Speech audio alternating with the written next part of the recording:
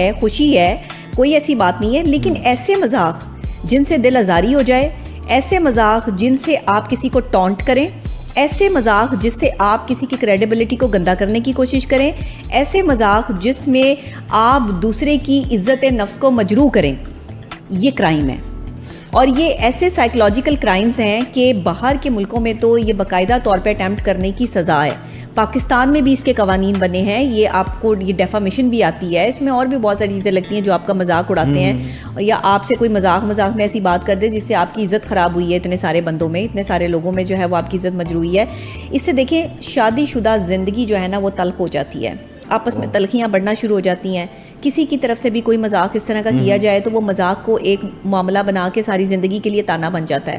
تو نہیں کرنا چاہیے ایسا مذاق, اور مذاق سے آپ زندگی کا سٹارٹ نہ کریں. سالیوں کو بھی چاہیے کہ وہ اپنے جو بہنوئی ہیں, جو ان کے جیجوز ہیں, ان کے ساتھ عزت کے ساتھ پیش آئیں, انہیں اپنے بڑے بھائی اپنے باپ کی جگہ دیکھیں. بالکل صحیح. مذاق نہیں بنتا, مجھے نہیں لگتا کہ سالی اور جیجا کا کوئی مذاق بنتا ہے, یا انہیں کرنا بھی چاہیے. ہاں, آپ کمفرٹیبل زون میں آ کر اپنی بات شیئر کر سکتی ہیں, کوئی تکلیف کوئی پریشانی شیئر کر سکتی ہیں. ایز اے باپ ایز اے بھائی وہ آپ کی پریشانی کو دور کرنے کے لیے اگر آپ کی مدد کرتے ہیں تو وہ بھی اگر آپ کی بہن کی اجازت ہو تو بہتر ہوتا ہے. کیونکہ کبھی بھی بہن کے پرسنل معاملات میں یا اس کی شادی شدہ زندگی میں اس کی بہنوں کا کردار اہم نہیں ہونا چاہیے, ضرورت ہی نہیں ہے. تو اور بھائیوں کی شادی کے بعد بھائیوں کا کردار, جو گھر میں بھائی ہوتے ہیں, چھوٹے بھائی ہوتے ہیں, ان کا کردار بھابھیوں کے ساتھ نہیں ہونا چاہیے. صحیح. ان چیزوں کا جو ہے وہ جب تک ہم دھیان نہیں رکھیں گے ہم اپنی شادیوں کو اس طرح سے نبھا نہیں پائیں گے. جب اسی طرح کی کوئی رسم جو ہے کوئی جب انا کا مسئلہ بن جائے تو آپ کو کیا لگتا ہے یہ رشتے مضبوط کرے گی یا توڑے گی؟ اچھا دیکھیں, انا اور ضد رشتے توڑ دیتی ہے, اور جب بھی کسی قسم کا کوئی مذاق لڑکی والوں کی طرف سے یا لڑکے والوں کی طرف سے رسم کی وجہ سے سامنے آتا ہے, کوئی بھی رسم آپ کر رہے ہیں اور اس کی طرف سے کوئی بھی مذاق ہو گیا ہے لڑکے والوں کی طرف سے یا لڑکی والوں کی طرف سے, تو وہ ساری زندگی کی ضد بن جاتا ہے. انا میں آ کے پھر وہ دوسرا جو انسان ہے, جو دوسرا آپ کا لائف پارٹنر ہے, وہ آپ سے ریونج پہ اتر آتا ہے, اور اکثر اوقات اس کے اپنے گھر والے بھی جو ہے وہ ریونج پہ اتر آتے ہیں, اور زندگی خوشیوں سے بھرنے کی بجائے تلخیوں سے بھر جاتی ہے. یہ چھوٹی چھوٹی باتیں جو ہے نا, جب تک ہم نہیں سیکھیں گے ہم اپنے گھروں کے لیے آسانیاں نہیں پیدا کر سکتے. ہم ان چیزوں میں جو ہے وہ اپنے آپ کو پازیٹیو نہیں کر سکتے. دیکھیں, پازیٹیو رہنے کے لیے پازیٹیو سوچنا بڑا ضروری ہے. پازیٹیو آپ کسی کی ذات کے اوپر اگر بات کر رہے ہیں, اس کو بلیم کر رہے ہیں یا اس کا مذاق اڑا رہے ہیں, اٹس مین کہ آپ کی تربیت میں کمی ہے. آپ کی تربیت کی کمی اگر کسی کی زندگی خراب کر دے یا خدا نہ خواستہ کسی کی طلاق کی وجہ بن جائے تو پھر آپ کیا کریں گے؟ اور کیا یہ شادی کا جو دن ہے یہ فیملی کو ظاہری بات ہے جوڑنے کا دن ہوتا ہے؟ جی بالکل, بالکل ایسے ہی, نہ کہ ان کو علیحدہ کرنے کا. نہیں, بالکل نہیں, بلکہ روٹھے رشتہ داروں کو منانا بھی چاہیے. آپ اپنی شادی کے حوالے سے ہاں بالکل جانا چاہیے, لیکن ایسے رشتہ داروں کو نہیں جو منافق ہیں.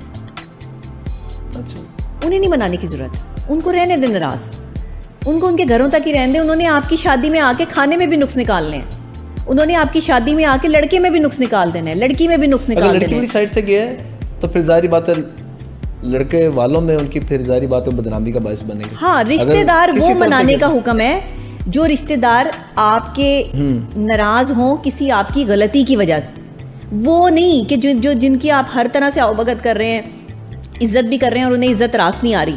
ایسے رشتہ داروں کو کہیں ضرورت نہیں بلانے کی آپ کو شادی پر. احتیاط کریں. اچھا, مجھے آپ یہ بتائیے گا کہ آپ کی نظر میں اب جس طرح دو خاندانوں میں بعض اوقات ایسا بھی ہوتا ہے, ایسی کشیدگی پیدا ہوتی ہے, ایسی کشیدگی جو کہ رشتے میں تو ایک تو درار ڈالتی ہے جی, دوسرا اللہ نہ کرے یعنی کہ ایسا بھی پاسبل ہوتا ہے, بلکہ ایسے بہت سے کیسز آئے ہیں کہ وہ بات طلاق تک پہنچ گئی ہے صرف ان فرسودہ رسم و رواج کی وجہ سے. دیکھیں, اکثر اوقات جب چیزیں پہلے طے نہیں کی جاتی, چیزوں کو پہلے سے مینج نہیں کیا جاتا, مس مینجمنٹ ہوتی ہے, ان شادیوں میں کشیدگی بڑھتی ہے. جہاں پہ پہلے سے ہی چیزیں طے کر لی جائیں لڑکے والوں کی طرف سے بھی اور لڑکی والوں کی طرف سے بھی, وہاں پہ کشیدگی کی گنجائش نہیں رہتی. شادی سے پہلے بیٹھیں دونوں فریقین, لڑکے والے بھی لڑکی والے بھی, اور آپس میں بڑے بھی بیٹھیں اور چھوٹے بھی بیٹھیں, اور انہیں باقاعدہ سمجھایا جائے کہ ہم شادی میں یہ کرنا چاہتے ہیں اور یہ نہیں کرنا چاہتے, یہ ہماری ڈیمانڈز ہیں اور یہ آپ کی ڈیمانڈز ہیں. شادی میں آپ رسومات کریں گے تو رسمیں اس حوالے سے ہوں گی جس میں آپ کو بھی تکلیف نہ ہو, ہمیں بھی تکلیف نہ ہو. چیزیں پہلے سے طے نہیں کی جاتی, آن دی اسپاٹ جو ہے وہ ینگسٹرز کی طرف سے کچھ ڈیمانڈ سامنے آ جاتی ہیں جس کی وجہ سے کشیدگی بڑھتی ہے, اور لڑکے والوں کی طرف سے پھر جو ہے وہ ایک انا اور ایک ضد جو ہے وہ لگ جاتی ہے, اور تکلیف جو ہے وہ لڑکی والوں کو ہوتی ہے. اور نئی نسل کو بھی تو یہ بھی بتانا چاہیے کہ جتنی بھی نیو جنریشن ہے کہ جو شادی بیاہ کہ جو اس میں عزت و احترام جو ہے وہ دکھاوے میں نہیں ہے. اچھا دیکھیں, شادی سادگی کے ساتھ ہے. اسلام یہ کہہ رہا ہے کہ شادی میں یہ فرسودہ رسمیں کہیں پر بھی نہیں لکھی ہوئی کہ آپ نے ہمارے بڑے بڑے انبیاء اولیاء اکرام کے حوالے سے بھی پڑھا ہوگا, بالکل صحیح, جو ہے وہ نبی پاک صلی اللہ علیہ وآلہ وسلم کی ذات مبارکہ سے بھی ہمیں جو ہے وہ ملتا ہے کہ شادی کا مطلب ہے اعلان کرنا, خوشی منانا, خوشی کا اعلان کرنا کہ دو لوگ ایک ہو چکے ہیں.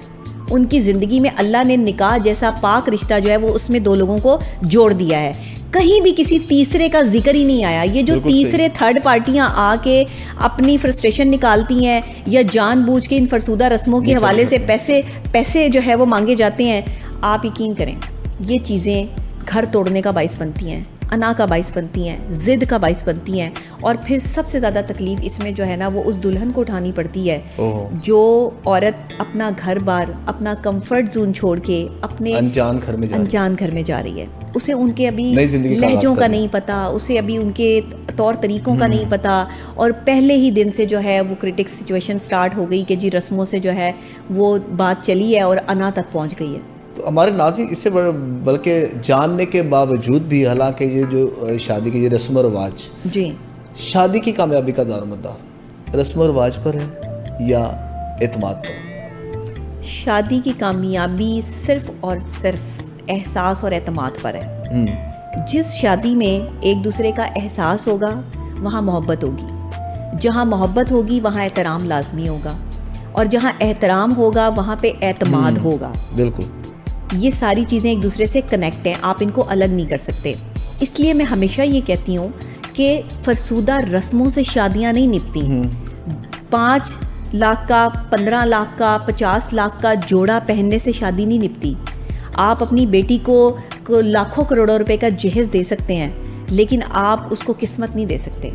صحیح بات. بیٹیوں کے لیے قسمت کی دعا کی جاتی ہے, میں کہتی ہوں بیٹوں کے لیے بھی قسمت کی دعا کریں. اچھا کیوں نہ ایسا نہ کیا جائے کہ ان جو رسم و رواج ہیں جس طرح جن کا آج ہم ذکر کر رہے ہیں, جی, جوتا چھپائی, بٹا چھپائی, راستہ روکنا, اس کے علاوہ دودھ پلائی کی رسمیں, اگر ان کا خاتمہ کر دیا جائے, اور کیوں نہ ایسا کیا جائے, نوجوان نسل کو یہ بھی بتایا جائے اور ایسے انتظامات کے دعا کی قرآن خوانی کروائی جائے, دعا کی تقریب کی جائے, جی, ایسا بندوں کو اسلامی طریقہ کار سے اگر اس کو اپنایا جائے جی, تو پھر یہ بہتر نہیں ہے.